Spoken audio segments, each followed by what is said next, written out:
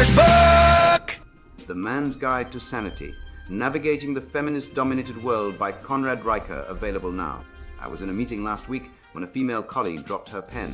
3 men lunged for it like trained seals. That's the state of modern masculinity, conditioned to jump at the slightest hint of female need while being told we're oppressors for doing so. Let's talk about the double bind of male behavior. If you don't help, you're selfish. If you do, you're enforcing patriarchal norms. Evolutionary psychology explains this perfectly. Women evolved to seek protectors and providers, then demonize the very traits they selected for. David Buss's research in the evolution of desire proves women still prioritize status and resources in mates, yet we're supposed to pretend biology doesn't exist. The truth? You can't win in a system rigged to make you lose. Take the myth of male privilege.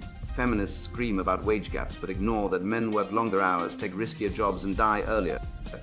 The Bureau of Labor Statistics shows men account for 93% of workplace fatalities. Where's the privilege in that? Or how about family court, where the National Parents Organization found mothers win custody 83% of the time, despite fathers asking for it equally? The system isn't biased against women. It's built to exploit male labor while vilifying male authority.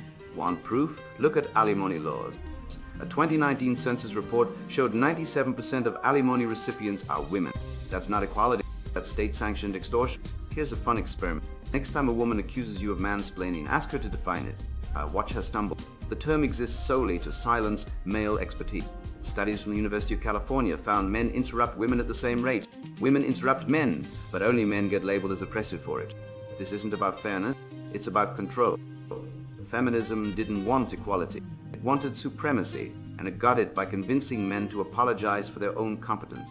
Ever notice how toxic masculinity is always defined by feminists, never by men? They'll say aggression is toxic until they need a man to fight their battle. They'll call stoicism emotional repression until they're crying on your shoulder, expecting you to fix their problem. The reality? Women reward masculine traits in private while condemning them in public.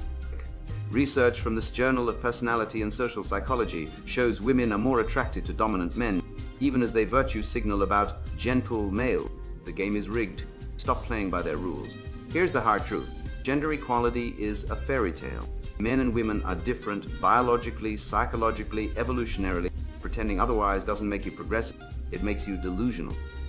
The sooner men wake up to the reality of female hypergamy, the sooner they can stop being used as disposable utility. You want sanity in a feminist-dominated world?